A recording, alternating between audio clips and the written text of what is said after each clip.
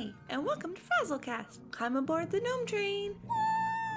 Chugga, chugga, chugga, chugga, woo! Please make sure to keep your limbs and experimental instruments inside the train at all times. And now, on with the show. A podcast by a Blizzard fan gnome about World of Warcraft and geeky stuff. I promise you, they do talk about the World of Warcraft. They just go off the rails sometimes. And tonight, believe it or not, we're going to continue the streak of not going off the rails. Well, too much, because we still like to get to know the guests we have on. But I'm Frazley, and I am joined by Tarley of Geeks of Azeroth. That's me. Hi. How are you doing, my friend? I am great. I'm very excited to be here. I love your show. Oh, thank you. It's awesome to be on. And likewise, I love Geeks of Azeroth. That's one. Thank You have been going for many years, I was noticing. 7 years this year, yeah. Wow. Okay. Yeah. Missa Pandaria was current when we started, so Wow. yeah, we're kind of old on the scene now. Well, and you know who else might have been current when Mr. Pandaria was here? I mean, he's probably still current, but you know who's somebody that's been around for a long time. Epic Insanity. What time is it? It's time to go around the table. Great idea. So what have you been up to? For me, it's like lots of WoW. That's been like consuming most of my time still because Shadowlands is still very much going for us. So that's a big part of my time. Rating, 8 out of 10 heroic, I think 7 out of 10. I don't remember. Nice. Almost done with heroic. Cyberpunk and Hades in there. Ooh. How are you enjoying both of those games? Because I'm interested in perspectives. Yeah, Cyberpunk, like, it was slow out the gate because of timing. It was like right at the launch of WoW, and since we were progressing pretty hard, pretty fast, it was like I didn't get into it very much. I was like very upset about, like, it was very buggy for me in my initial experience, so that was like making me not want to play it. But over time, I've gotten more into it, and it's like, I really like it. It's kind of like Skyrim and Fallout kind of vibes for me, so I like it. Hades is amazing because you can like play it for like 10 minutes or 10 hours and get like a great experience. It's like what Torghast should be is how Hades feels. I was warned with that game that as long as I'm okay not being a completionist because of like my difficulty with like I struggle with games, and as long as I'm okay not completing everything, Hades might be a good game for me. Right, yeah, because it's kind of just like play at your own pace style. Like you can get total fulfillment for hopping in for 10 minutes and then hopping back off. It's pretty awesome. Ooh, so even if I do that off stream, that might still be a good one because I have a Switch here and I've been loving my Switch games. Is it on Switch? Yes, and they've added. Oh, that'd be great on Switch. Oh, and there's crossplay between them. So if you have one on your PC, then you go to Switch. More games need to do this. That's great. Because like Stardew, I'm going to be restarting my island. And my farm, I'm thinking of Animal Crossing. Yeah. And I have to redo everything that I've done on PC. But it's gonna be worth it on Switch because then I can be anywhere and like just like be working on my farm there. Sweet. Yeah. I might pick it up on Switch now that I know that. I didn't even know it was on Switch. So. And don't worry, Frazley, when you see this, you need to download the backup recording because you forgot to press record. But because we're on Squadcast, there's a backup, so all good. So yeah, keep going. This is why we use Squadcast, and this won't go this won't go in the thing other than maybe the VOD. It'll go in the YouTube VOD. But Squadcast records when you start the session, and then just like I did in the Grand Negas episode, I forgot to press record. Okay, yeah. So when you aren't in Hades, what else have you been doing? Well, I'm pretty busy like all the time. I have pretty bad ADD. Like if you watch my show and you watch me right now, you notice I probably don't sit still very often. I always have like something in my hands. I'm like flipping a knife right now. Oh, nice. Yes.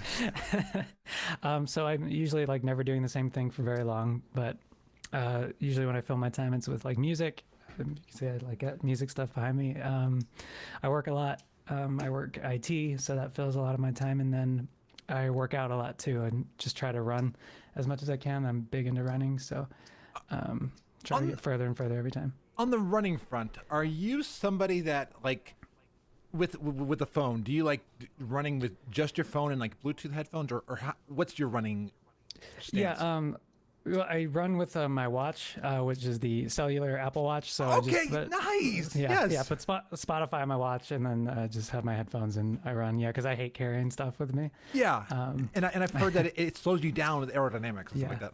Yeah, and I've literally thrown my phone like backwards out of my hand before. Running, so yeah, you don't want to do that. Yeah, no, not at all. Yeah, it's been a real challenge. I had COVID like 2 months ago now, and that like oddly like I'm really healthy and stuff, but that really like set me back. I got really sick, so it kind of like it was like almost starting from scratch and like as if I had never run in my life. So it's been getting back to where I used to be over the last few months. And I'm glad to know that you're back. I mean, I like. Oh, I'm sorry. I remember you tweeting about that. Oh, I'm sorry about that. Oh, that's good. We got through it and we're back. So yeah, good stuff. Well, I have to say, life comes at you fast sometimes, and like you're running through life, and like you think you know one thing about who you are and everything like that. Well, today it's been a little time coming. I mean, I've been I started out as agender, then I went to non-binary. I mean, because non-binaries, agender is under non-binary. I never felt gender fluid, but today I made the decision that I am a trans woman, and I've dropped non-binary as a label. I'm officially she, her. It had been one that I've been thinking about for a long time, just being like, I don't want to drop it because we need a lot more non-binary representation in people that's out there, and I feel like I'm disappointing people that are non-binary, and I'm sorry, but it's she, her is who I feel, but I'm still going to be championing for gender-neutral phrases, more pronouns. I saw today the White House added other pronouns. And someone said, if the White House can do it, everybody can do it. Well, welcome to the she-her party. Oh, thank It's a pretty fun party.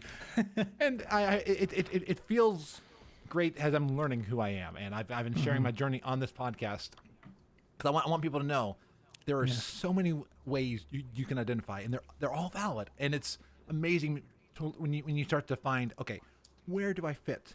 And for anybody listening, one thing to remember: identity is fluid. You can be one way, and then as you find out more, that just because you pick a label, and you start to realize maybe that label doesn't fit me, or it's absolutely valid, and who you were is valid, who you are is valid, and just know there's love out there.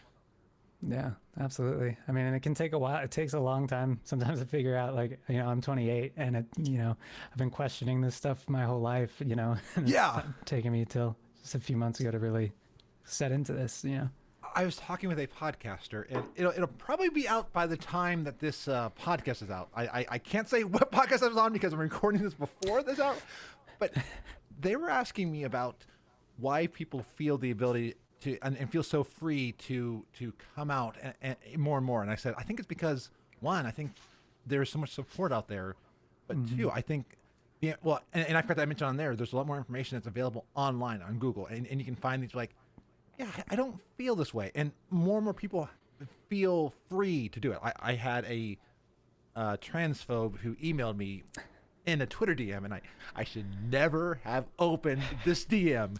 No. And I even reported it. I got the thing back from Twitter. Oh, we saw nothing wrong with it. I'm like, what? Oh, but yeah. Other than that, though, I've been playing a lot of great games. I've been playing Breath of the Wild and loving it. Is it your first time playing it? Yes. Oh, absolutely. That game, like the moment I played it, like reached top like 5 games of all time for me, and it still is. I love that game so much. And I love how like a lot of it is just trying to figure out things, trying to explore it. I still remember an interview I saw years ago, maybe like 2 or 3 years ago. It feels like forever long ago, that Miyamoto was saying that Breath of the Wild is what he always wanted Zelda to be. And while I've been playing another game, I'm going through A Link to the Past. I definitely see what Miyamoto means by how Breath of the Wild is a lot like what he was envisioning, because I see the random exploration, and I was talking to somebody about the NES versions of Zelda and how they have a lot of things in A Link to the Past that they did not want to add in on the originals, or they couldn't add in on the NES. Then when they went to the Breath of the Wild, you see the progression of all these games. And in fact, Nintendo, please release all the Zelda games on Switch. With how many Switches you've sold and will sell, I think you would make millions. How much you want to bet Breath of the Wild 2 comes out this year? Oh yes, absolutely. 'Cause I hope so. me too. And like I think that one's going to sell so much because I'm not going to buy it till I finish Breath of the Wild 1, and also Right. because I if I buy 2, I'll never finish 1. Of course. And then over in WoW, because that's one of my other places that I'm like spending my time in, is I got my Dark Iron Dwarf Paladin up to level 55. Nice. And Frazley's eye level is up to 159 with a renown of 21. So slowly moving up my way there. I am not rushing it because we are going to be in Shadowlands for 2+ years. And that's not trying to stay a negative, but because I'm not raiding. Oh, we're going to be in Shadowlands for 2+ years. Yes. Oh, no. But, you know, at least we have friends. And Yeah. WoW's a video game, and video games are meant to be loved. Yeah, I mean, when you play it when you're trying to push content, it definitely changes how you feel about WoW. And I guess I've been more frustrated with Shadowlands, but if you want to hear me rant about Shadowlands, you can listen to Geeks of Azeroth. I don't want to do that too much on your show.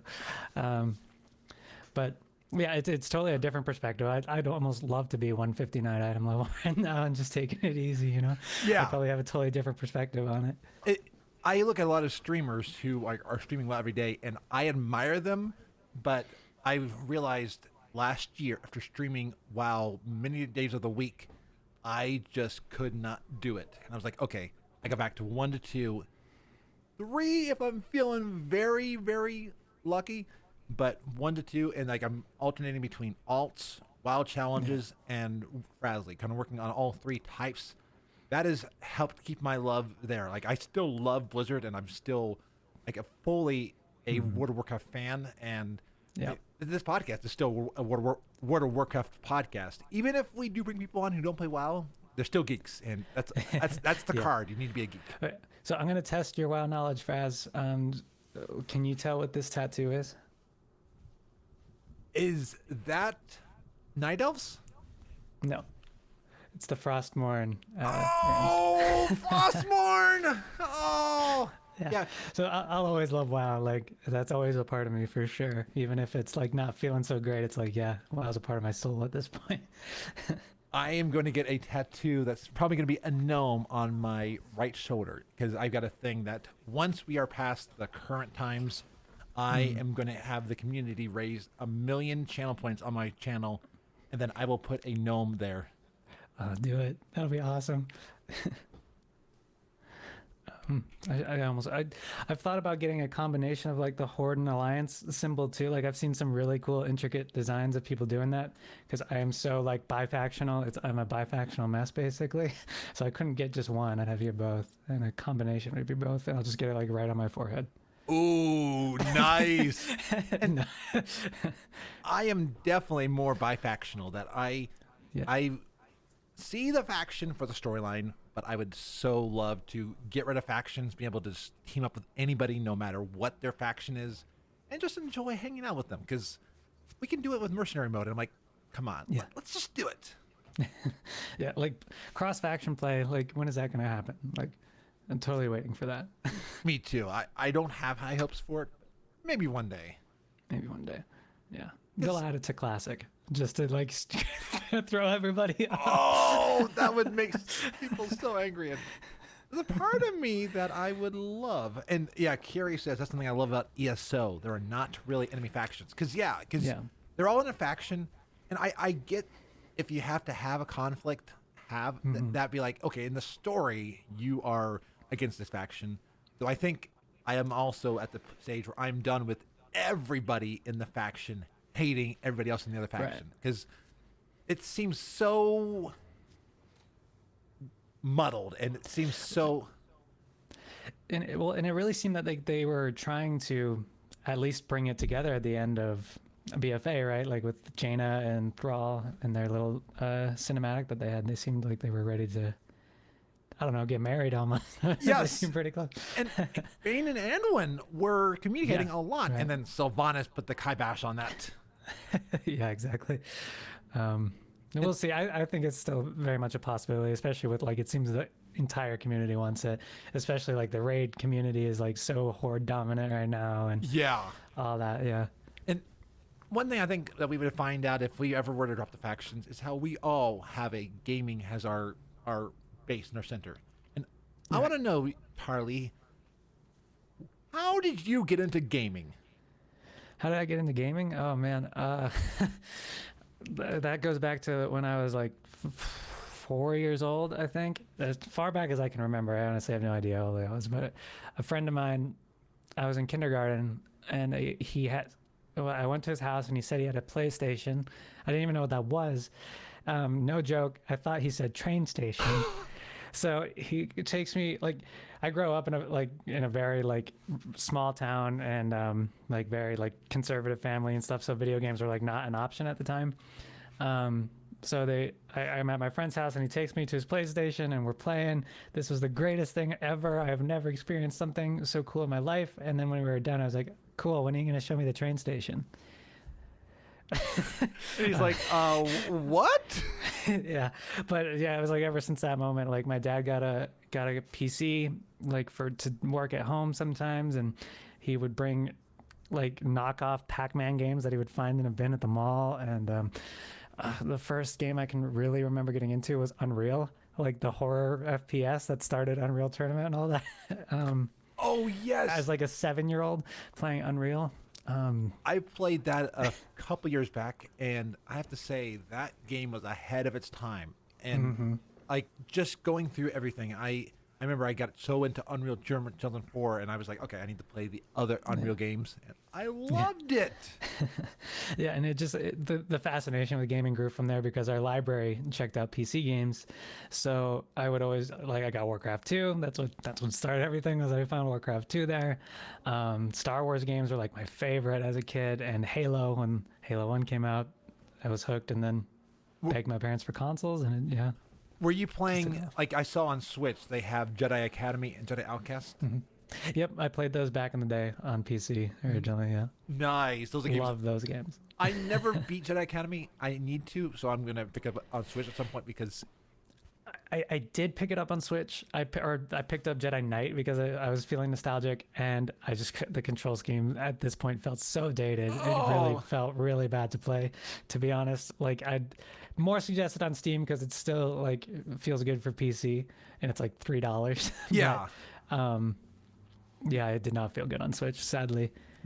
That's always the problem with older games, especially with like new games. They built in it to feel good on both. But yeah, it's always interesting to be like, wow, we've come a long way with these games. Yeah. I think one of the greatest remasters to come out, in my opinion, was Halo. Yes. When they did Halo Master Chief Collection, and I'm not like really a console gamer anymore. I just PC, so I was always looking at that in envy. And I swear to God, I nearly cried when they said it was coming to PC, because before I really got into WoW, which was right before Cataclysm started, like Halo 3 was the game I played so much. I played it every day. I was like super competitive, and I missed it so much. And then it finally came to PC, and that was this year, I think. Yeah, man, it was so great to play Halo 1, 2, and 3 again. And they did an amazing job making them look so good. Yeah, for real. Yeah, and like, you know, playing at 144 hertz, like, I mean, it plays so well, so modern. It's great. Yeah. I still need to finish Halo 3, I think, or maybe I have finished Halo 3. Spaz Weston and I have played at least 1 and 2, but I'm trying to remember if we played the third one. One thing that really sets me off, because I'm like a big like Overwatch and Valorant player, like is back in the day, because they weren't on PC, there wasn't like an on-screen or audio like tactile feedback for when you hit somebody. Yeah. That was all in rumble control. So if you're playing with a mouse and keyboard, it's like very odd. You can't, like, I'll just be saying, oh, you killed this person. Wait, I did? Like, yeah. There's like no feedback for that. That's like my only complaint about it. I've always wondered if we're gonna at some point see keyboards and mice with Rumble, because that would be an I hope so. interesting. I don't know. That'd probably be like $300 for the keyboard, but Or we could see like those chairs. I don't know if you've ever been in the ones at like theaters that like move around and like my- vibrate. yeah, while wearing VR headsets, right? Yes. Like, Oh, yeah. Have you played VR at all? I have only done the VR, like the very old VR, especially early 2000s, because I was at the Wonderworks. If you've ever been to one of those, Oh, okay. the upside down building. Oh, okay. Yeah, yeah. I've been in there. I know what you're talking about. Horrible tourist trap. I'm sorry. But like they had the VR. It was the very bad VR. So I want to play the new one. At some point, I want to get the ability to do VR because like Alex, I want to play. That game looks amazing. Best game of the year by far. Loved it. And wow, and Blizzard would be a great thing for VR. And I want to know, how did you get into Blizzard and World of Warcraft? Blizzard. So, like I said, like Warcraft 2 was one of like the early games that I picked up from the library, and then ended up having my parents buy me, and then Warcraft 3 like immediately because I was already so into it. And so I loved Warcraft already. I was just hooked by the story, especially 3. I love Arthas so much. That's why I have his runes tattooed. I just really was hooked by the whole story. But when WoW came out, I still was. I can't remember 2004. I was still. I didn't have a job or anything. Didn't have my own income. My parents didn't want to pay for the monthly subscription for it, and they were like still like worried about online games, right? So I played Guild Wars instead because there was no subscription fee, and I just told my parents it wasn't online, and that was fine. So I was hooked on Guild Wars, actually the original, for a long time. And then finally, when I was like a sophomore in high school, I had a job. First thing I bought when I opened my bank account was World of Warcraft. That was in Wrath of the Lich King, early days of Wrath, and nonstop ever since. And you were in one of the peak expansions, like Of course, I was like so like it was Wrath, it was Arthas, he was back, it was the story I already loved. I was just so beyond hyped. I leveled a druid, so I had no idea what I was doing. My first character was a druid, and I was literally staff bashing my way to level 55. I saw weapon skills. I thought I had to level my weapon skill as a balanced druid to 55 and made a Death Knight immediately, and that's when Tarley was born over 10 years ago. wow, and it has to feel pretty cool now, having some of that revisited, especially in Shadowlands. Yeah, for sure. Yeah, to continue on that kind of storyline is really cool. I really hope Arthas shows up at some point. That'd be pretty awesome. And what would you say, other than like the becoming a Death Knight, is one of your favorite gaming memories? It can be Blizzard or even before then. Oh, gaming, that's a tough one. Because I think back to like my high school parties with my friends, like big LAN parties with like 10 of us all in a room playing Halo 3 together. Just big like co-op games or competitive games against each other with crazy custom maps and stuff. Like I remember those so fondly. I think for hitting max, killing the Lich King for the first time, like gaining that kind of like from having no idea how to play World of Warcraft to killing Arthas was such a gratifying experience all the way through. So I think about just Wrath entirely very fondly as well. I still remember with Halo, I was at a youth lock-in and 2 of the seniors disappear, and we're like, where did they go? Where did they go? Well, we are doing sardines, and for anyone who's never played sardines, one person... I don't know what that is either. It's great for lock-ins, especially in big buildings. And this was a big old church, so lots of places to hide. And so one person goes, and then everybody else then starts going off to find them.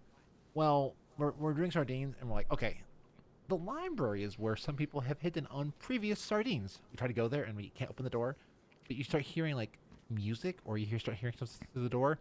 Later on, we found out the two seniors who decided they're going to bring a computer and or Xbox at the time, but they were an Xbox, and they brought controllers, and they were playing Halo all night. It was like That's awesome. and That's great. if freshmen or sophomores had even done that, and maybe even juniors, they would have gotten in trouble. But the seniors, No, they could do it. yeah. That's awesome. Yeah, another gaming moment. I was so proud. I can't remember the name, but the Heroes of the Storm Creators Tournament that they used to do. Do you remember what that was called? Creators of the Storm or something like that. I'm thinking of Heroes of the Dorm, but no. Yeah, it was another one for like just the podcasters and the creators, right? I can't remember what it was called now. That's gonna bug me. But it was like all the podcasters, all the YouTubers for the HOTS community, and because Geeks of Azeroth is kind of all encompassing Blizzard, they invited one of us to come play, and that was me. And I just had a VOD that went viral at the time because I was the healer on my team, and I was playing Lily, and like I was outrunning five of their people and like surviving, and it was like this hilarious VOD, and that's like, I don't know, that goes down in one of my top gaming memories just because it got a lot of views on Twitch. Oh, nice. It has to feel great, especially being in like one of the commentators doing that esports commentator thing that they do when they're yelling and stuff, and they're like, they're yelling my name, look at that, I did something. Nice. And I'm like total trash at Heroes of the Storm too, so it's like it was an epic moment. Well, and I have to say, Blizzard has been doing an amazing job reaching out to the community, and a question came in from Avaltor 05 is everyone hyped for BlizzCon line? Yeah, absolutely. I miss BlizzCon so much. So totally hyped.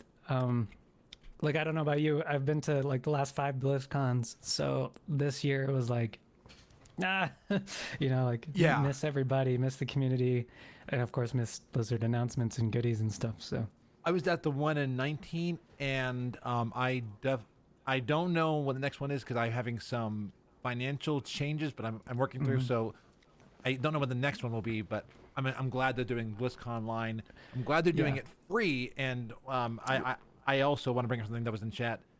Avaltor 05 saying, I hope there'll be captions or selection with ASL, and I'm like, absolutely. That I think going forward, as creators, we should have captions. Like I'm running captions through OBS, but I think going forward to make gaming accessible, we need to have the videos there. And I know it's extra costs, but you bring in more people that have been turned away from these video recordings. Yeah, I totally agree. That's kind of I would say one of the low points of BlizzCon is like the production quality is always like really kind of like it's amazing to be there, but if you're watching it, it's kind of like I don't know, sometimes they don't have it all together, right? Oh yeah. And obviously you get to see the main points, but something like I remember BlizzCon 19, they were like constantly filming the crowd as if they were trying to get reactions, but it's just a bunch of us gaming nerds listening intently on what they're saying. So they were it was just really awkward to watch some of these panels. And sometimes it's hard to get the same feel of the room. Like I still remember being at the What's Next panel, and Ian is like, and when the Horde burned Teldrassil, there's some yays going on, but then all of a sudden I start a boo, and then the room erupts in a boo. As they should. And someone said they heard it online, but and Avaltor of 05 says I remember them filming. Yeah, it was just very awkward, like watching BlizzCon 2019. Yeah, and I want to see how BlizzCon Line goes because I have one theory. Other than the relationships, I could possibly see some conventions never returning to in person. But I hate that for the community. But I like that for the ability to get there. Yeah, like that would bum me out. I'm sure E3 and stuff doesn't have there's so many people and there's so much going on. Like E3 can totally be condensed to digital and you get the same effect because that's for announcements, product announcements, and that's all it is. But BlizzCon is so much more than just their announcements. That they get that out of the way like first thing, and then it's 2 days of community, right? And like BlizzCon Line, like obviously we're happy they're doing it, but it's definitely not the full experience. I could see this is again me being very speculative. What if they do we're gonna do BlizzCon line on every year and everybody can join it. Then throughout different areas we'll have a meetup. So like if you want to be in this group, go over here and meet here. It's smaller than BlizzCon, but then you can be more regionally accessible. Meet developers and meet members. Yeah, absolutely. That's a good idea. And with lesser crowd sizes for the foreseeable future, that might be. It's definitely worked for PAX because I know PAX has been more regional. Yeah, and Comic-Con too is regional. San Diego Comic-Con is obviously still like the big one, but yeah. Oh, yeah. I remember one year for San Diego Comic-Con seeing the long lines for people. Like they're missing 5 panels for the one panel they want to go to, and I'm like, yeah. Why? One thing about BlizzCon, I've never had a line for a panel. Like they always seem to like divide it up for what you want to see. But I guess the one issue is like half the time there will be like 2 things happening or 3 things happening at the same time. Yes. So that's the beauty of having the VODs is you can just go back and watch it if you miss it. I prioritized people over the panels this last one. I only saw like two or 3 panels, but for me, I was glad I did that because I was there for the people. Yeah. But I got to miss some of the amazing things. Like I missed the epic moment at the voice actors panel. That was one. Yeah. A turtle made it to the water. She was there. Yes, she's amazing. Oh, and I want to ask, what is your? I know we have a lot, and you probably have mentioned it, but on Geeks of Azeroth, or we'll be mentioning it. But what is one prediction from BlizzCon line? Well, I would very much hope we see Overwatch 2 because, like if it's not WoW, I am a huge Overwatch fanboy. That's like my second favorite game in the Blizzardverse right now. And since they've announced it, we've had nothing. So I'm dying. And I would actually be quite concerned about the state of the game if we don't hear about Overwatch 2 at BlizzCon line. So I would expect that as well as a TBC classic launch date. I am going to guess that after the leak from 2019, they've been a lot more tight-lipped since then. So I'm guessing Overwatch 2, reason why we haven't heard anything about it is they're being like, this is the secret chest of information about Overwatch 2. Because I felt bad for Kaplan. Kaplan was going to have this amazing thing, and I could see his frustration. I get it, because like this is your time to shine. Everybody already knows. Oh, I already know that. I already know that. Yep. And obviously the game was further out than people expected, which I think is a good thing. Yes. Obviously Blizzard still is a company that takes their time with things, and that's all the better if Overwatch 2 is still doing fine. Then I'm expecting it to be awesome. But I'm hoping to hear something. That's like my biggest fingers crossed. We'll get some news about. And I'm excited for Overwatch 2 because it has more of the PvE aspect. Exactly. Yeah. Like I think that's like they described it as Diablo in Overwatch, and that just sounds amazing. So. Oh, I missed that. Okay, now I'm like I'm gonna be buying Overwatch 2 because I'm not as much into like PvP, but PvE. Sign me up. Yeah. Yeah. So it's the best of both worlds, really. And of course, there's PvP changes coming as well. Big overhauls to the graphics and the engine and all that, so that'll be cool too. And I can definitely tell that like you've trying the tangent, and I had a tangent and I lost the tangent. So I will just say it. You are a host of Geeks of Azeroth, and we mentioned it earlier, but can you explain what Geeks of Azeroth is for those who might not know? Yeah, I mean, it just started around the time, like I don't know if you remember Legendary podcast was happening at the time, and I was a huge fan of Legendary, and Legendary was starting to get less frequent because like all the people, Lore was starting to work at Blizzard. Yeah, it was the podcast that Lore was on, and I listened to them all the time, and when they stopped being a presence, I wanted to talk about WoW, and I wanted to be, and there obviously are still plenty of other podcasts in the community, but I was like, I really enjoyed doing this, and I really enjoyed talking with my friends about WoW. So I wanted to give it a try, and that was 7 years ago. I just started looking online for people who wanted to podcast, and I just happened to stumble upon this. They were like a startup called Epic Geeks. And Epic Geeks, they were their own podcast, and they were like looking to add another podcast to their platform. specifically about World of Warcraft. And so I was like, hey, I want to do this. And Epic Geeks isn't around anymore, but Geeks of Azeroth, here we are, like 7 years later, and we're a podcast that mainly started about WoW and talking about the community, and we just like our interest in WoW tends to like wane and wax and wane back and forth, so we just started encompassing Blizzard and just kind of gaming in general, and we play 20 questions at the end of every episode. So That's right. And I think I've done well on one of those, or at least because that's. Maybe I'm thinking of Mash Those Buttons, because on WoW Talk they had 20 questions, and in the audience they were doing who knows their patch notes, and I think I won because they're like, Frazley knows that. At one point the hosts are like, we'll just go with Frazley's answer. yeah. So like that was something we added later on to just to like make it more fun at the end, and it'll go give or take, like depending on who has something. We'll either do video game 20 questions where we're just thinking of any video game and you have to figure that out, or we'll narrow it down to specifically Blizzard 20 questions, and it's just something, a character, a place, an item within any possible Blizzard game. Like whenever I pick something from Lost Vikings, the other hosts are extremely angry. Oh, and that was something that excited me, is seeing Lost Vikings emulated, and I was hoping that they were going to bring that back in a bigger function, because I enjoyed the Blizzard arcade that they had at BlizzCon. Yeah, that was neat. Yeah. I'm still hoping crossing my fingers for Diablo 2, if they do a remaster for that. So you are one of the founding members of Geeks of Azeroth, right? Yep. Original member. Actually, all of us are back. We're back to the 3 originals that started it. One of our members was, so it's always been me and Britza. Britza is my host who lives in England. He's the one you want to listen to because he has such a hot British accent.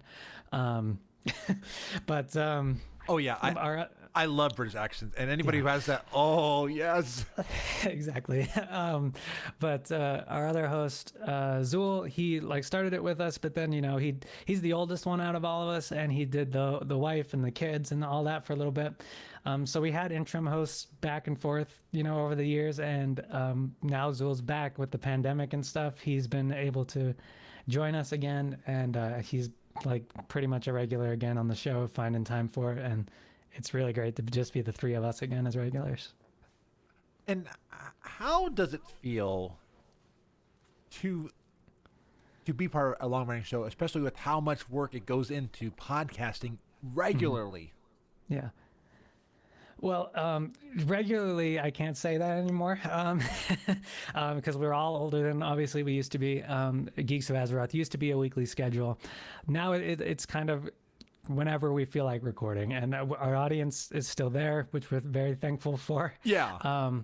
But yeah, we definitely aren't super regular anymore. We probably average about 2 shows a month. Okay. And that just works with our schedule, and we still just love to get together and do the show. So I am definitely a proponent of doing a show not weekly unless you absolutely can sustain it. I did this show weekly for the longest time, and moving bi-weekly was one of the best changes that I did.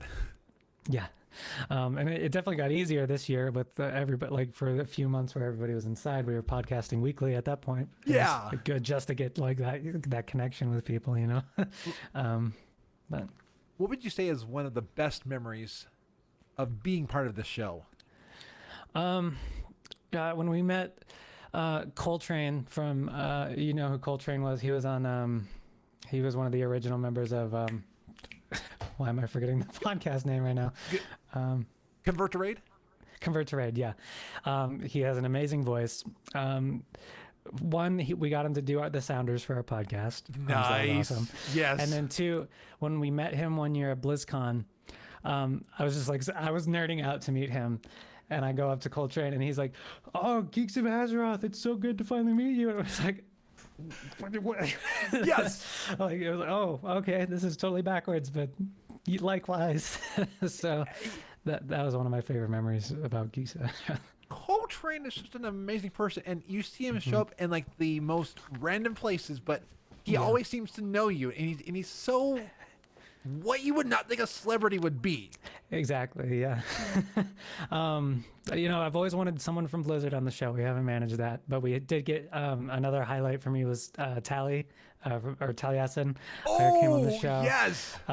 He was horrible at Blizzard 20 Questions, but he did not get it at all. Poor guy. But yeah, that was another highlight episode for us, having Tally on. We've had quite a bit. We had Lagging Balls on. We had Convert to Raid. Everyone from Convert to Raid on the show. We've had Grown Up Gaming. We've had every time we have a guest, which Frazley, the invitation is extended. Oh, if you want to come on Geeks of Azeroth, we can work something out. Oh, absolutely. Sign me up anytime. Awesome. Well, it's gonna happen then. Yay! But yeah, those are always the best memories, is having a guest on the show. So Yeah, and when you have a guest, you always feel like you get to know them better. Like every time I sit down with somebody here, I feel like I'm a friend with them afterwards. yeah, absolutely. Yeah, we're gonna go get a beer or something for this. Oh, yeah, absolutely. Yes. There's actually a beer kitchen not too far from my house. Same. Oh, We'll nice. just both go to our beer places and then just virtually Yeah. clean glasses. I can't hear you over the music. Can you hear me? Exactly, because I'm pretty sure we're on like opposite sides of the country. So Yes. like, Unfortunately, that's one thing that I wish is that part of me, like one day whenever I move out, I've thought about like where I want to go. I think part of it would stay here due to living expenses, but there's part of me that was like, if I could afford it, California might be a fun place to be because a lot of people are there. yeah, I'm actually looking to move myself. I'm very much like being trans in this state is awful. It's truly awful. So looking to move to New York, actually. Oh, I think you okay. probably saw me tweet about that. Yes. Yeah, that's on the radar, hopefully. And that's one thing is like even Ohio, I was looking up their trans laws here, and they're not quite where they need to be. My city, thankfully, has stopped some discrimination, but I'm looking up like their bathroom laws. I'm looking up like gender marker changes. Yeah. There's a lot of things like, ugh. Yeah, yeah, that's same here. Yeah, I could lose my job if I came out at work. So Oh, okay. yeah, Well, good thing that I'm not. Good thing that you're working out this. yeah, yeah. It's a rough one, but we'll figure it out eventually, because it's gonna get too difficult to hide at some point. So And one day, hopefully, it's accepted more. That's one Right. thing I want to champion Yeah. for is whether you're trans, non-binary, whatever you are, I want it to be accepted. yeah, absolutely. Me too. I mean, it doesn't even make sense that it's not really like the fact that you could be fired for it, right? Yeah. It's kind of Oh. ridiculous. Hopefully with the new, there's some new governance going on. Yeah. Things like that might change. So cross my fingers. I am too, and I'm going to hold them to the promises that they made. Yeah, absolutely. Me too. So with a new year, it's always fun to look forward to where we want to go. Any plans for 2021 that you're able to share? Nothing big. I mean, like as far as Geeks of Azeroth goes, we're just gonna keep trugging on. Like I said, it's kind of like a wax and wane thing as far as when we can get together, when we can do the show. But one thing is the three of us have never met in person.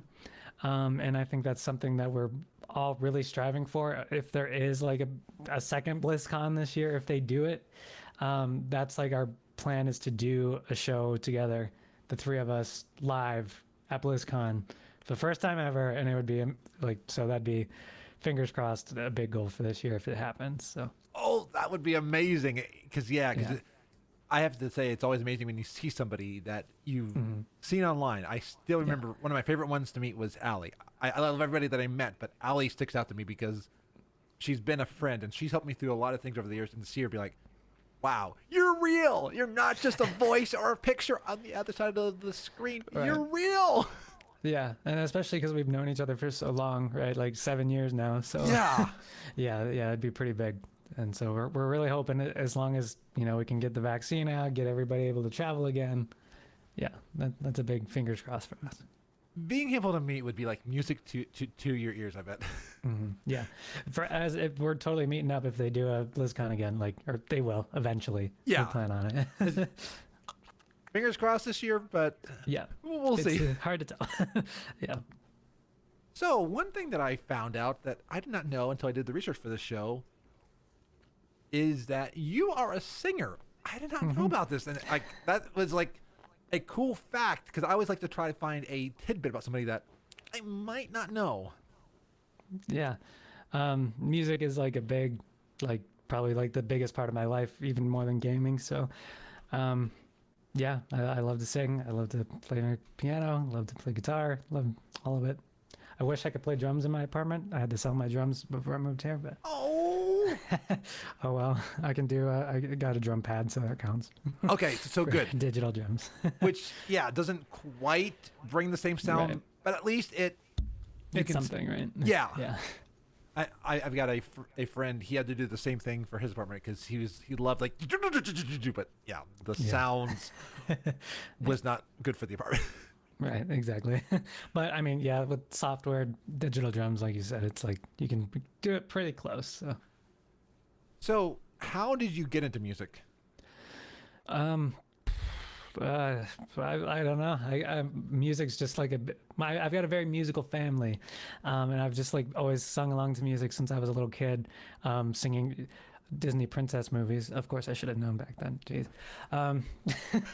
Oh, Anyway, yeah, yes. I'd always sing along to Disney movies. I love to sing, and it grew from there. I did theater when I was very young, musical theater, and then I started learning guitar at 13, and I actually started playing piano just a year ago during COVID. Like taught myself that, yeah, it's just always been something I've done as a hobby.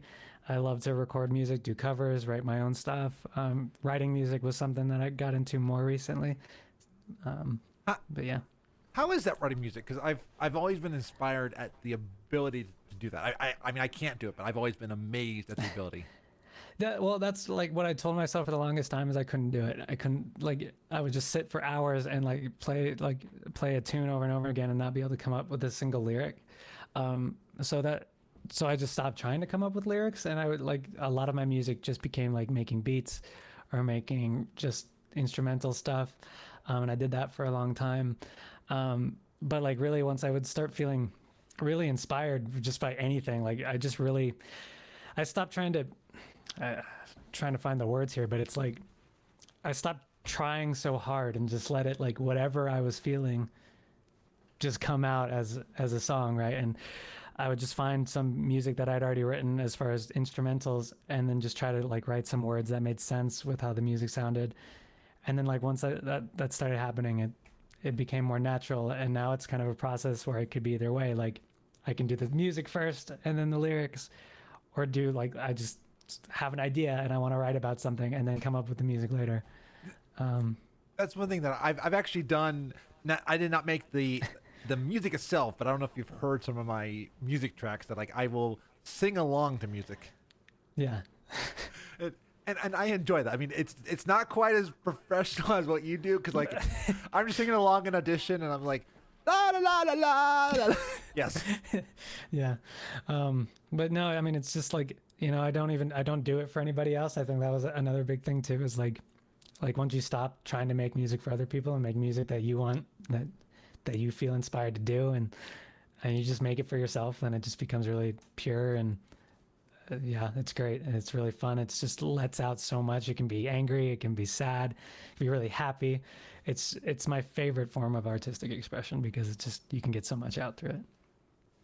I want to pull out something that you just said, because I love what you just said about doing it for yourself, because that's one thing I see people getting into content and they're like, what if somebody doesn't like this? Or what if they don't like what I did? And I fall into this trap. I'm always thinking through what if somebody doesn't like what I'm doing or doesn't like me? But I'm like, do I like what I'm doing? And if I don't, change it. Exactly. Yeah. Yeah. That's the big part of it. As long as you're happy, you'll find people who are entertained by what you're creating. You don't have to create for people. You create and they come to you. It's that easy. And like by doing that, it lets you be more creative and more you. I'm doing some stuff for college, and the one thing I do not like about college work is you're writing for that professor, and I feel it's more cold, if that makes any sense. Yeah, just like if you're writing for someone that's not you, yeah, it just doesn't feel like yourself, right? Like, that's something I do in my free time. My city is like a kind of up and coming in the music scene. We have like such an indie scene here, and kind of like we're very like cultured in a way. Like we have a lot of beer in this town, breweries and stuff, and indie music scene and stuff. And like one thing I do on the side is I produce for people. So because I love to do that too. Even if it's not my own music, I can just like put the tracks together or come up with background beats for other. Like I live in Montana, so we either get like a lot of country, death metal, or rap. That's kind of like Wow. yeah. Yes. That's kind of the indie scene right now, and so I do a lot of beats for indie rappers, and so I get what you're saying. I'm not really feeling my artistic expression here, but it's still kind of like a way to do what I like to do, even if it's not like, okay, you're rapping about stuff I have no idea what you're talking about, but that's cool. Here's a beat for you. and there it's validating your skills by doing that. Yeah, and it's fun, and you get paid for it. So I did a podcast for my current course that I'm hoping I passed. I'm hoping I passed, but I basically blew away the professor by how well my podcast was. That's awesome. Honestly, like I disconnect Geeks of Azeroth so much from my like public life. Like even like people know I do music, but people don't know I do a World of Warcraft podcast. Hey, it means that like you're able to share with us, and I'm honored that you're sharing with us who you are. Yeah, it's an honor. How have these creative outlets changed who you are as a person? Like really, I've been into these now for like 10 years. I think like being creative, writing music, or doing podcasting, or whatever, like defining these outlets or being in theater really, for like the last 10 to 15 years. And before that, I was like such a reserved person. I was just really like in a shell, didn't talk to anybody about my hobbies or anything. Wasn't very like expressive about anything ever. I was just like a little like quiet person, right? And like once I joined theater, did musical theater, and then started like I was doing podcasts when I was in high school, and then writing music and all that. Like I just really like in general in life just felt so much better. Just felt like I was myself. I wasn't like hiding, feeling afraid to be myself anymore. I felt really expressive all the time, no matter what I was doing, because I was always thinking about how this affects what I'm creating later. Did somebody in your like, how did people trying to word it, because I got the way. Did people in your did people that you interacted with in real life see the difference? Yeah, like in both like a good and bad way. Like my friends, of course, like I made a lot of friends once I started doing theater and stuff, like the best friends of my life from doing that, still to this day. And like, so it was good on one end, but me being a very expressive and now out as trans, it makes a lot more sense. I was still very much battling with my identity when I was a teenager. And so like I don't know, like people thought I was gay, but I wasn't, and I didn't understand that. And it was like a very complicated relationship with my family, I guess. Yeah. So it was like good with friends, complicated with family. Oh, I can relate to the complicated with family, because yeah. And let me just read, because I actually like the segue that what you just brought up brings into this. So let me copy that. There we go. So you mentioned being trans, and how has your experience being trans been in the gaming community? So far, like really positive. Like I've been like mainly like talk about it most on Twitter. That's because that's where all my WoW friends are, like the podcast followers and stuff. And it's like a very accepted I mean, like Twitter's like a bunch of bubbles, right? And you can be like in your own sphere amongst all these other spheres, right? So Twitter is where I've been the most open about it for the longest time, and it's been nothing but like love and support on that end. Otherwise, like gaming, it's like even before I came out as trans, I was always like using she, her pronouns in games, and like using a female name in video games that I play. And like in WoW, I don't talk because I'm still very dysphoric about my voice. And so like even in my hardcore raiding guild, if they need something, I'm like typing. Yeah. But like it's been very awesome to just be accepted as a woman instead of a man, and it's like just awesome. And my guild knows I'm trans, but I usually don't talk about being trans in other communities unless I already feel like we're connecting, right? I just identify as female, right? Yeah. And then once we talk a little bit, and then I'll explain to my guild, like I already have like, yeah, I don't talk because I'm like a little bit uncomfortable talking. Totally fine being on your podcast because, I mean, you're cool. This is great to talk, and I feel fine about it. And I appreciate you mentioning it because as we said earlier, I'm trans, and it's helpful hearing your experience. And like it resonates with me in so many ways. Like you're saying stuff like I resonate there. Yeah. But that's like gaming communities, like, I mean, like, especially if you get on WoW Trade Chat, right? Like you can read some nasty things and of course, like yes. forums but as a whole, like people are more than less overwhelmingly accepting. And finding that out, realizing that has helped me so much gain confidence to tell people in my real life. Like I came out as trans to my online friends and my WoW community long before I ever told a single IRL friend. And just that experience helped me build so much confidence. Yeah, I used my online presence. I was struggling and afraid to tell my real life family about this, and we've had discussions now about this. But it was one of those. Mm-hmm. I have to say, being online helped me get the confidence and helped me like also let me experiment and yeah. Yeah. Yeah, I get where you're going. I have more thoughts, but I'm like, but then the thoughts went away. Yeah. And it's been amazing to see in the gaming community.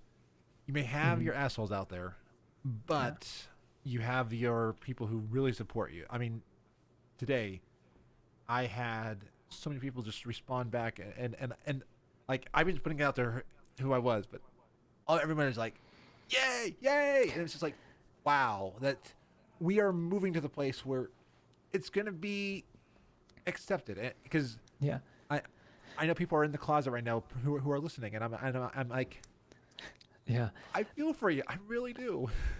I was when I was in the process of coming out, and I've been talking about it a lot on Twitter, but I came out to my friends before my family because, well, your friends are your chosen family, right? Yeah. And I was so afraid that like I have some friends that I don't vibe with, like politically, right? Like most of my friends are on the same side as me, but I have some conservative friends. But I never lost a single friend, which is amazing. Wow. Not a single friend throughout the whole process. It was just amazing how like people are like, okay, cool. Yeah, I'm not surprised. was one of the big responses. So I mean, like I know it's terrifying, you know, but I think that's the biggest thing is like once you're over that, like it's like ripping off a Band-Aid, and it was like the one thing that was holding me back from really moving forward with transitioning. And once you get past that, it's like all the anxiety about being trans was like completely gone, like completely, knowing that I had people in my corner no matter what. And do you feel like you are more confident now, even doing like your music and your podcasting now? Yeah, absolutely. Like I haven't talked about it on Geeks of Azeroth yet. That's probably a conversation that'll happen sooner than later. But other than that, like music, I've been playing around with because again, I still have a masculine voice, and it's been difficult to try. Like it's a process. We'll get there. Yeah, absolutely. But like I played around. My latest track was a cover of one of my favorite female artists, and I just. Whatever, I'll go for it. Use a little autotune if I have to. Totally female sounding song. It was great. I'm pretty proud of it. So I guess it's a lot easier to sing in a feminine voice than it is to talk. We'll work on it. Yeah, like I've even seen that it sometimes can be easier to sing even with like a trying to think of like the right word to say it, like I've seen people who have had strokes and they're having trouble speaking can sing. Right. Yeah, Mhm. that Yeah, I get what you mean. the ability Different to parts of the brain. Yeah. exactly. Yeah.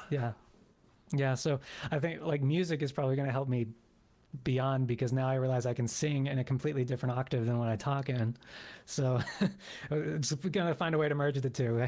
We'll get there. And I've been looking up some different vocal techniques because I'm in the same thing. Like I've had a voice, but I'm feeling dysphoria and I'm trying to work on it. And especially when you record your voice every Yes. week, you have to listen to yourself. you're like, Yeah. oh. I mean, I've been reading that like a more feminine voice can have a sing-songy effect. So I wonder if that'll make it easier on the training.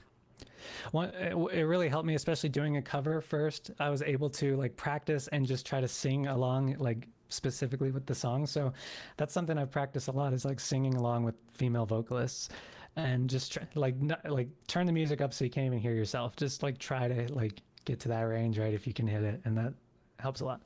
That's awesome, because that's one thing I struggle with in like Twitch sings. I mean, I don't think I have a singing voice, but I tried doing some of those high notes, and it's like it's hard to reach that high note. Get some auto tune too. I mean, I saw your podcast where you were auto tuning your laugh. That was so funny. Trust me, auto tune can do wonders if you're trying to hit higher octaves than you're used to. It absolutely can. What are you using? I have to find real-time auto-tune. That's amazing. This is the Go XLR. It is the best thing I ever added to my setup because I can do so many cool things. Like one of my favorite ones. I can be a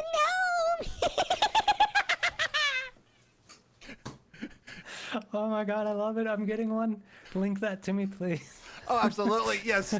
And also I can, if I really want to go for the coal train. I can go for the coal train, even though it sounds maybe even more like Thrall or something like that. Someone says it sounds like the Trivia Murder Party. Oh no, you did that. But yeah, That's amazing. I need it. You got to link me that late when we're done. absolutely.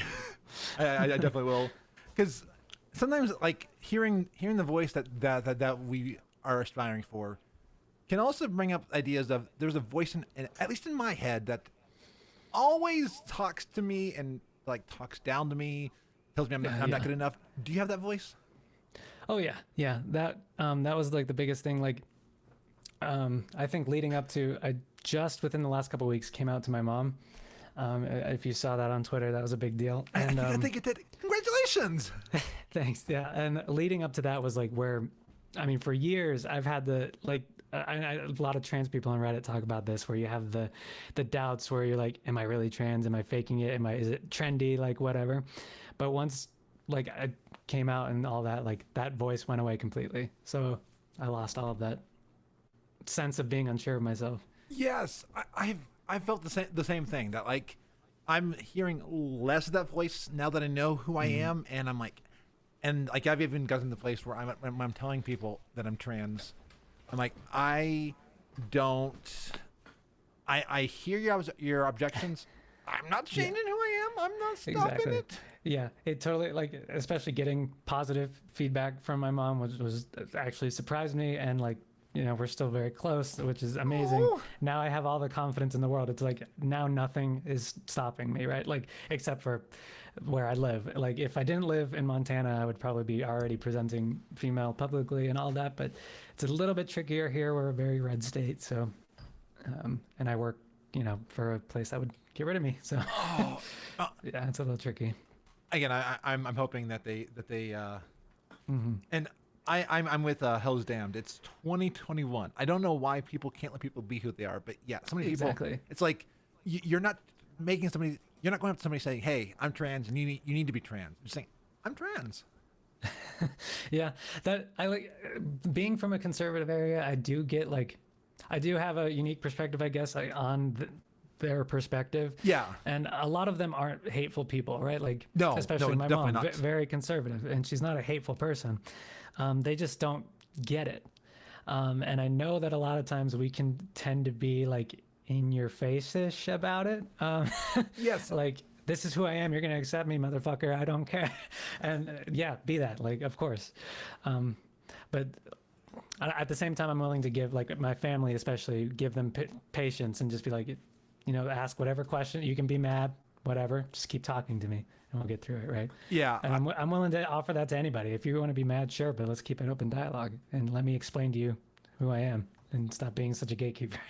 and I'm the same way. That like I give my family a lot of grace, and that like and I get the not understanding. It's like I wish I could explain it, because they're like, so I've had people ask me like, why are you trans, or how do you know you're trans? I'm like, I'm trying to verbalize what's in my head. I can't verbalize this to you, especially if you might not understand. I'm like, I'm sorry. I really am trying to be open. And Yeah. and I also you said something I'm trying to pull back out of it. Like, you had a really good point. Oh yes, and about the being open about it. I realized I've become very vocal about it. Like every day I'm like posting like, hey, I'm trans, or and I did not understand it, even though I was closeted for so many years. I did not understand being so public about it. But then once you're proud about who you are, it's like I almost can't shut up about it. It's Exactly. Yeah. And I'm not even subtle about hinting either. Like I wear a lot of feminine clothing that can pass as gender neutral. I pierced my septum, but everyone's wearing masks, so nobody sees that half the time. Just a bunch of little things, and it's like, summer's coming, and we all know HRT has certain effects that are not going to be able to hide with baggy sweaters all year. no, So. yes. I look down and I'm like, at some point my girls are going to be showing. I'm like, hi, girl. Yeah, so we're already getting there. So Nice. it's baggy sweaters for a while right now, but Yeah. once summer comes, I'm gonna have to figure out how to have a conversation. I'll go to HR and see what that's gonna take. So, And again, I'm hoping that they are open. I hope you and anybody else who's out there, if you ever need it, my DMs are open. My Discord has a need to chat channel, and we are a very inclusive community. So feel free to be as open and as in who you are. But I'm there for you, because I want to be an ally. Even being trans, I want to be an ally for other trans. I want to be an ally for everybody. Yeah, and I really appreciate that, Fraz. And it's been, just DMing you on Twitter, like back and forth, like kind of talking about our progress back and forth, because you and I, we're only a couple months apart as far as we're going. So it's been really interesting to have like somebody else who's like right there with me. And it's one like I always want to respect your boundaries, but I've appreciated how open you've been with me, because that's one thing I'm always trying to find is what's the boundary with somebody else who's trans. Like, I don't want to ask too much or say too much, because I want to respect where they are. Yeah, but for me, it's like another trans person. So talk to me. Yes, exactly. Yeah. And I've had people say, I've got questions about HRT. It's like, ask away. I don't know everything, but I'll tell you my experience. Yeah. So you do have someone in chat asking what HRT is. It's a hormone replacement therapy for asking. And there's two types of hormone replacement therapy. There's there's one for male to female, which is there's many other ways about it, but it typically involves some type of way of like blocking testosterone and releasing estrogen. And then from female to male, it is definitely that one is blocking the estrogen, I believe, or at least adding testosterone. Mm-hmm. Yep, they're pretty much opposites of each other. One blocks testosterone and adds estrogen. The other one blocks estrogen and adds testosterone. So. And it's definitely one to check with a doctor. I know, unfortunately, it's not available everywhere, but I hope that changes too. Yeah. Shout out to your listeners who may be struggling with that, because I was for the longest time, being in a state that's not very accepting of that. There's not very many options where I live. True U Clinic online. Check them out. That is actually who I go through. 100% telemed. So you can get everything done online, and they are such an amazing resource. You do have to go to a local clinic to get blood tests, but they can be very nondescript. Just be like, I need these blood tests, and you get them done. And there are no questions asked, because that's how clinics work. You just hand them lab forms, and then they send them to the True You doctor. So highly recommend, if you're like searching, you're wondering, look up True You Clinic, because they are absolutely amazing. And I believe another one is Plume. I was looking at Plume until I've got a local clinic here. It's not, unfortunately, they're not in my insurance, so that's causing extra budgetary constraint. But yeah, and not to be confused with the Wi-Fi network Plume, even though both unleash power. Yes, that's very true. Yeah, but I think that like the pandemic has really like opened up these resources, which like me in Montana didn't have access to. Yeah.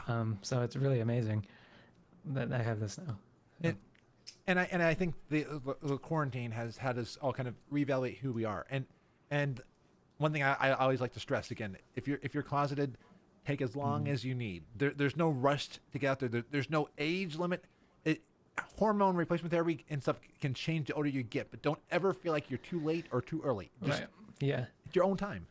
That was one of my doubts too. Like I was feeling like I was already too old at how old am I? 27. I was 27 when I started. I'm like, oh well, it's too late for me. But you know, I joined a therapy group with a bunch of other trans people, and many of them started in their 50s. Yeah. Like I mean, it's never too late to accept who you are and realize who you are, right? I realize this is like the third or fourth episode I've mentioned trans and stuff like that on this podcast. I'm like, absolutely. Yeah. Yeah. Well, it's such a great world to be in. Yes. I mean, it can be so scary though. I mean, you know, you see the news, you see all the horrible headlines, but I don't know. It just feels like things are getting brighter. Like, I swear I was just like crying when Elliot Page came out. Oh, like, yes. Oh my God. Because I followed Ellen for the longest time, and like he is. Wait, I'm so sorry. I was thinking I was changing. I misgendered. Not. I was thinking in my head. I was trying to think of what's his trans. Yeah. Oh, see, that's a learning lesson for people on YouTube and Twitch. We can make mistakes, and I am so sorry, Elliot. That was not my intention. But yeah, I was so excited when Elliot came out. My mind was thinking, Elliot? That doesn't sound like a man's name. It is, but you know, it's. Yeah. I got you. But yeah, when Elliot came out, I was like, yes. And it was like such a statement when he did too. Like I just know. reading it, like it was amazing. Yeah. And like that's actually what opened the dialogue between me and my parents. Nice. Because, yeah, they like we've talked about trans celebrities before, but they knew who he was for a long time. Like they've watched his movies with me in the past and watched Umbrella Academy, and so they were like, "Wow, that's awesome!" And they were like very like encouraging and happy and excited about it. So that was like that made me realize, this dialogue might be a little easier than I was expecting it to be. So Yeah. it just kind of went from there. I even noticed when I came out as non-binary, it was easier to understand because people had already been coming out as non-binary. So yeah, I'm hoping for a day again where you will like realize who you are, but there'll be no stigma with it. Right. There'll be no issue. Everybody will love you for who you are and just be like, oh, that's you. Well, that'll be the year 2077 when everything's just like hypersexualized anyway, and that's the only thing that matters. Absolutely. In the cyberpunk reality. The only issue I have is I've got a few issues with cyberpunk, but like one of the ones I hate is that they added your pronoun to your voice because I'm like, come on, cyberpunk, you were. Yeah, like they made such leaps in some ways, and then they just like wait. Yes. Yeah. I keep hoping that World of Warcraft will one day just decide, hey, Do pronouns? yes, and because I did a thing when I was asking people on Twitter a few months back, has your character been gendered and talking? And like there's some places where they've actually gone to they for the most part, but some of them are gendering, and I'm thinking, okay, so they have the tech to know your pronoun based off your in-game sex. But I'm thinking, okay, they could add one more thing, be like, okay, if you're non-binary or a different gender, add a option there, and then just turn all those gendered he she into something even neutral. And I'm thinking, or even further, Blizzard, if you want to be really really amazing, add in more pronouns, and you could really let people be who they want and be who they are.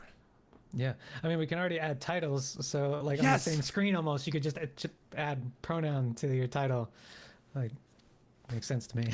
It'd just be one menu. So if you don't like any of that, which I'm sorry, it's going to be more and more of the future.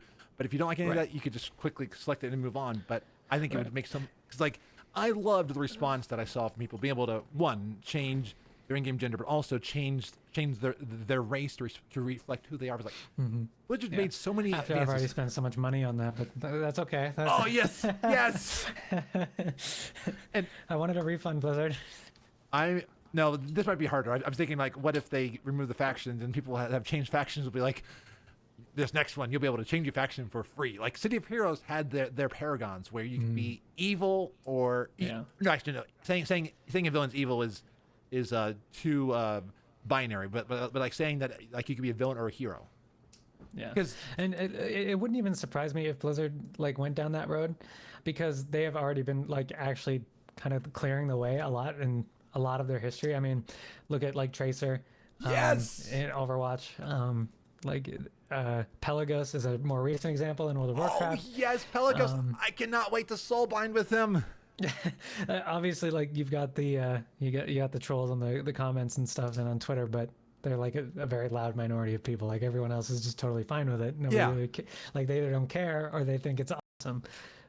So it's, I could see Blizzard actually doing the pronoun thing, or I want a non-binary hero in Overwatch too. That'd be awesome. Oh yes, because I mean, Star Trek has both a trans and a non-binary. I mean, and even there, for anybody listening, I know that that trans and non-binary can overlap, but I know there's one that was specifically non-binary, and one that was specifically trans in Discovery. I hope that's not a spoiler for Discovery, but I don't know who it is, so yeah. I haven't seen it. I haven't seen it either.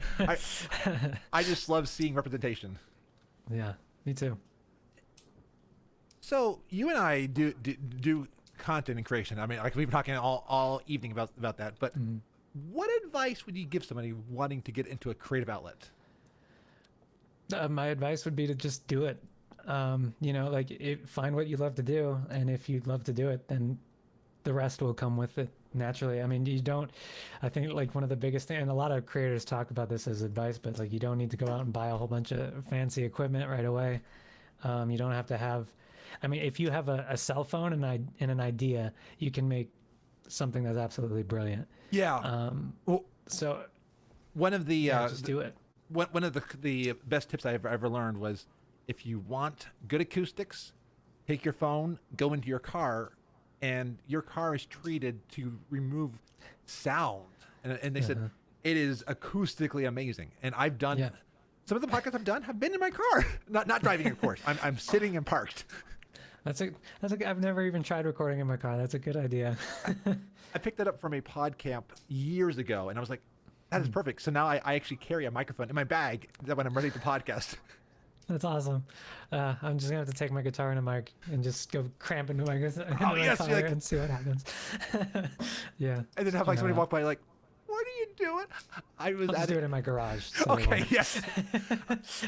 I was on vacation 2 years ago, and I was in in our car that we had brought down, and I'm talking into the mic, and like somebody's walking by, and they're like, oh, and then they're just like walking by. I'm like, absolutely.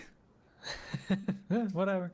But yeah, I'm with you. Just do it, and you won't be perfect. You'll make mistakes. No. I have made every mistake in the book, it feels like. Yeah, especially if you're like trying to learn something new, like if you're trying to learn a new instrument, for example, like you can't just expect to be Beethoven on your first attempt at playing the piano, right? Like it is a process. And so like whatever you're trying to do, whether it be making videos, drawing, painting, sculpting, doing 3D art, voice acting, voice singing, whatever, practice all the time. The more you do it, the better you'll get. And if you're looking for an audience, the audience will find you. You don't look for them. And there's so many places. SoundCloud is amazing if you want to post your music.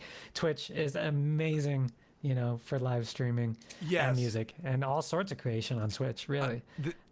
There's a streamer that I found through Cap called Miss Mary Lou, and she is amazing. She will just like go on and do like a jam session, and like you can request songs, and I will sometimes rate her at the end, and it's just so nice to be like sit there for a little bit, just like I need to go to bed, but I'm just bopping to the music.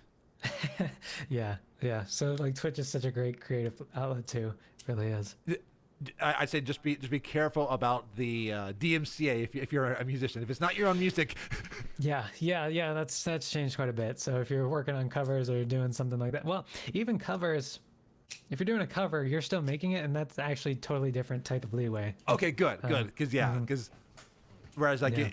now if I'm singing a song, some random song lyric, does that still work? Yeah, you're not gonna get taken down if you're singing it, right? As long as you're not trying to profit off of a cover. Like, Okay, good. Yes. Yeah. Well, I have to thank you, Tarley. This has been an amazing time. It's flown by, but it always does when we're out here. Yeah. It's wow. It's been like almost an hour and a half. Yes, and I have to I'm say, hungry. I haven't eaten dinner yet, so let's wrap this up, Fraz. oh, absolutely. I've actually kidding. got a sandwich right here that I haven't finished, so I'm hungry too. So, if people want to find you across the interwebs, where can they find you at? I'm mainly on Twitter. You find me in two places at Geeks of Azeroth, just for Geeks of Azeroth related things. We don't have a huge presence on Twitter anymore, but to find out when we're going live on twitch.tv/Geeks of Azeroth, definitely follow us on there because we always tweet. Follow me at Epic Geeks Tarley. But I'm all over the place on Twitter, so be warned. I talk about politics, I talk about being trans, I talk about all sorts of things, so be warned, but it's still like very video game centric on my Twitter. SoundCloud is soundcloud.com/Ellie-Kearns. That's about it. And to play us out, what is of course Sound or Spotify, Stitcher, iTunes, wherever you get your podcast, Geeks of Azeroth, of course. That's the big one. and have you yet used? I know there's CD Baby and TuneCore. Have you used any of those yet to put a song out on those? I have not. No, I haven't put out any paid music. All my music's just go ahead, listen to it for free. Okay, because I've got one song on all the different places. If you search for my birth name there, message me and I'll link it to you. But it's out there, so I'm all about the fact that we are really, as content creators, in the era of I can. Yeah, absolutely, and it's so easy to just get yourself out there. So, yeah, love it. And Hell's Damn, do you mean a link to this stream or a link to the Geeks of Azeroth stream?